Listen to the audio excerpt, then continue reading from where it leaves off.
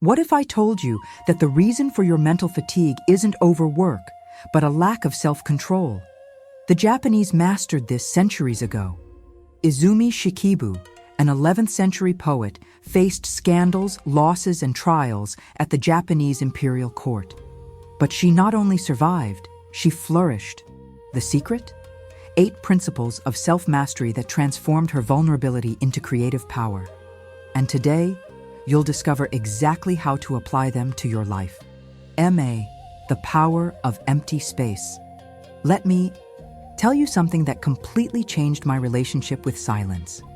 I used to fill every empty second of my life. Music in the car, podcasts while cooking, endless scrolling before bed. The emptiness terrified me, until I discovered the Japanese concept of ma and understood that I was running away from my own mind. But silence isn't the passive silence you experience when the Wi-Fi goes down. It's the conscious, intentionally charged space that exists between 2 musical notes, between 2 breaths, between an angry thought and a word you might regret. Izumi Shikibu mastered this. Her most powerful poems weren't in what she said, but in what she left unsaid. The empty space between the verses carried more emotion than 1,000 words. Think about it. How many times have you replied to an email in anger and regretted it 5 minutes later? How many arguments started because you reacted on autopilot? I used to do that all the time. Someone would criticize me and I'd already be defending myself before even processing what had been said. There was no no space between the stimulus and my explosive reaction. I started practicing something simple, yet brutally difficult. 3 breaths before responding to anything important. Sounds silly, right? But in those 15 seconds of breathing, I realized things that my impulses would never let me see. I realized that the criticism was valid. I realized that my anger was disproportionate. I realized that silence was a more powerful answer than any argument. Self-mastery isn't about controlling your emotions by force. It's about creating enough space to choose what to do with them. Izumi knew this when she let the emptiness between her verses breathe. And you can start today, before reacting, before filling the awkward silence, before reaching for your phone out of pure reflex. Pause. Dwell in the emptiness. It is in this empty space that your true strength is revealed. Gaman. Dignity in adversity. I need to be honest with you. When I first heard about gaman, I thought it was about swallowing your tears and pretending everything was okay. You know that toxic, be strong talk that only makes you sick inside? I thought that's what it was. But when I delved into Izumi Shikibu's story, I understood that I was completely wrong. Gaman isn't about denying your pain. It's about choosing what to do with it. Izumi lost her young daughter, a tragedy that would shatter any human being. She could have isolated herself, become bitter, let her suffering consume her in public as a form of validation. But she chose gaman. She didn't repress the pain. She transformed it into devastatingly beautiful poetry, into verses that have transcended centuries because they touched the universal through the personal. She endured the unbearable, but with dignity, channeling her inner chaos into creation. I went through a similar experience when I lost a professional opportunity that I was sure was mine. I spent weeks dwelling on it, telling everyone how unfairly I felt, turning every conversation into a rant, until I realized my pain was legitimate, but my way of dealing with it was destroying me. I didn't control my reactions. They completely controlled me. Gaman isn't about silencing your emotions. It's about consciously deciding when, how, and with whom you will express them. It's the difference between exploding at everyone because you're frustrated and choosing to process that in your journal, in therapy, or in the right conversation with the right person. It's about enduring the inner storm without letting it drown everyone around you. It's dignity in action. Today, when something shakes me, I ask myself a question Izumi taught me. Will this pain consume me, or will it build me up? Because true resilience isn't about enduring in silence.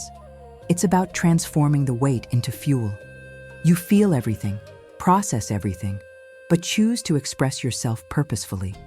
Are your reactions still truly yours, or have you become a prisoner of them? Gamen is the freedom to feel deeply without getting lost in the process. Kaizen, microscopic, continuous improvement. Do you know what the most dangerous lie we believe is? That we need a radical transformation to change our lives. I fell into that trap for years, always waiting for the perfect moment, the revolutionary plan, the magic switch flip. I'd start gyms in January with insane goals, give up in March. I'd promise to wake up at 5 in the morning, fail on the third day, and give up on everything. Until I learned about Kaizen and understood I was playing the wrong game. Kaizen is the anti-revolution. It's the Japanese philosophy of improving 1% per day. So slowly it seems ridiculous, so subtly that nobody notices. Izumi Shikibu didn't wake up one day writing masterpieces. She spent decades refining each syllable, adjusting each poetic image, polishing her craft in invisible increments. While other court poets sought instant glory, she was committed to the microscopic. I applied this to my writing, and it was brutal to realize my resistance. My ego wanted to write the book of the year, go viral, be brilliant. Kaizen told me, write 100 words today. That's all. It seemed too little, almost humiliating. But I did it. The next day, another 100. In 6 months, I had 18,000 words. Not through heroic discipline, but through almost invisible repetition. The power lay precisely in what seemed insignificant. The hard truth is that radical transformations are sexy, but unsustainable. Your brain panics at drastic changes and sabotages you back into your comfort zone. But 1% improvement? That's so small, your defense system doesn't even notice. It's swapping a soda for water today. It's reading 2 pages before bed. It's correcting one posture mistake at a time. It seems like nothing, until a year later, you're unrecognizable. Izumi knew that mastery isn't a destination, it's a daily, tedious process that no one applauds. What if you stopped waiting for epic motivation and started doing the bare minimum today? Not tomorrow, on Monday of next month when everything is aligned. Today, a microscopic adjustment. Because true power isn't in the explosion, it's in the constant erosion that moves mountains grain by grain. Shikata Ganai, radical acceptance of the inevitable. I used to think that giving up the fight was weakness. I spent years fighting things that couldn't be changed. The past, other people's choices, public opinion of me. I expended monumental energy trying to control the uncontrollable, as if my willpower could bend reality. Until I was completely exhausted and discovered Shikata Ganai. There is nothing to be done. And I realized it wasn't defeatism, it was liberation. Izumi Shikibu lived in 11th century Japan, where female poets were a constant scandal. She had controversial love affairs, defied conventions, and was mercilessly judged by the imperial court. She could have wasted decades trying to change the misogynistic mentality of the time, justifying herself, defending herself, proving her worth. But she chose Shikata Ganai. She accepted that she could not control the judgment of others and invested all her energy in what she could, creating immortal poetry. I had my Shikata Ganai moment when I realized I'd been dwelling on a betrayal by a former business partner for months. I rehearsed imaginary conversations, planned subtle revenge, and lost sleep thinking about how to expose the truth. Until a therapist asked me, "Will this change what happened?" No. Will it make him admit guilt? Probably not. Then why are you paying the emotional price for something you can't change? An awkward silence followed. Radical acceptance isn't cowardly passivity. It's strategic wisdom about where to invest your finite power. It's looking at the rain that cancels your barbecue and thinking Shikata Ganai instead of cursing the sky. It's accepting that that person will never apologize and moving on without the closure you wanted. It's releasing the illusory control that keeps you trapped in unproductive mental loops. What percentage of your mental energy today is being wasted trying to change the unchangeable? The traffic, the childhood you had, the unkind comment you received, the opportunity you missed. Izumi taught me that self-mastery isn't about controlling everything. It's about knowing with surgical precision what deserves your attention. Shikata Ganai isn't about giving up on life. It's about giving up the illusion of control to finally, truly live. Mono no aware, beauty in impermanence. I cried for the first time watching cherry blossoms fall in Kyoto. Not from sadness, from something that had no name until I learned about mono no aware. It's that bittersweet melancholy of witnessing something beautiful, knowing it will end. The Japanese have cultivated this sensitivity for centuries. Beauty lies precisely in transience. Izumi Shikibu wrote about loves that ended, seasons that passed, moments that slipped through one's fingers. And instead of lamenting, she celebrated. We live in a culture obsessed with permanence. Eternal marriages, linear careers, frozen youth, perfect Instagram photos that simulate infinite happiness. I fell into that trap. I panicked when relationships changed, when jobs ended, when phases of life came to a close. As if everything that ended was a failure. As if impermanence were the enemy and not the very nature of existence. Mono no aware taught me the opposite. It's precisely because cherry blossoms fall in a week that the Japanese hold hanami, collective picnics to appreciate the bloom. If they lasted all year, nobody would pay attention. It's because your child will grow up that today's hug is precious. It's because dinner will end that you savor every bite. It's because this moment will never be repeated exactly like this that it deserves your full presence. I started practicing this consciously. When I'm having a good moment, instead of frantically taking photos to preserve it, I take a deep breath and think, this will pass, so I'll truly be here now. It sounds morbid, but it's the opposite. It's liberating. Desperate attachment to permanence is what suffocates you. You don't enjoy the moment because you're terrified of its end. Izumi knew, beauty lies in the falling petal, not in the illusion that it will remain on the tree forever. Are you afraid of impermanence? Or can you find beauty in it? Because everything you love will change or end. Your parents will grow old. Your children will leave home. Your body will transform. Your passions will evolve. Mono no aware is not pessimism. It is the courage to love deeply, knowing that nothing is eternal. It is the freedom to let go without losing. It is being grateful for the flower that fell instead of crying for the one that will not return. Enryo, moderation and self-awareness. I was that person who couldn't stay quiet in a meeting. I had an opinion on everything. I needed to prove that I was relevant, that I added value, that I deserved to be there. I spoke out of insecurity disguised as confidence. Until, in a brutal feedback session, my mentor told me, "You talk so much that nobody listens when you really have something important to say." It hurt, but it introduced me to the concept of Enryo, and it changed everything. Enryo is the Japanese art of conscious restraint. It's not shyness or lack of confidence. It's strategic. Self-regulation. Knowing when to back down in a conversation, when to observe instead of opining, when your silence carries more weight than your words. Izumi Shikibu mastered this. Her most devastating poems were only 5 lines long. She could have written pages about her pain, but she chose the lethal precision of moderation. Fewer words, more impact. We live in an age of delusional self-promotion. LinkedIn is full of proud to announce, stories showcasing every microscopic achievement, endless threads about lessons nobody asked for. The cultural message is clear. If you're not selling yourself 24/7, you're losing. I bought into it completely, until I realized that the people I admired most were the most reserved. They spoke little, but when they did, everyone stopped to listen. I started practicing Enryo in meetings. I would go in determined to speak only if I had something that no one else had said. At first, it was torturous to stay quiet.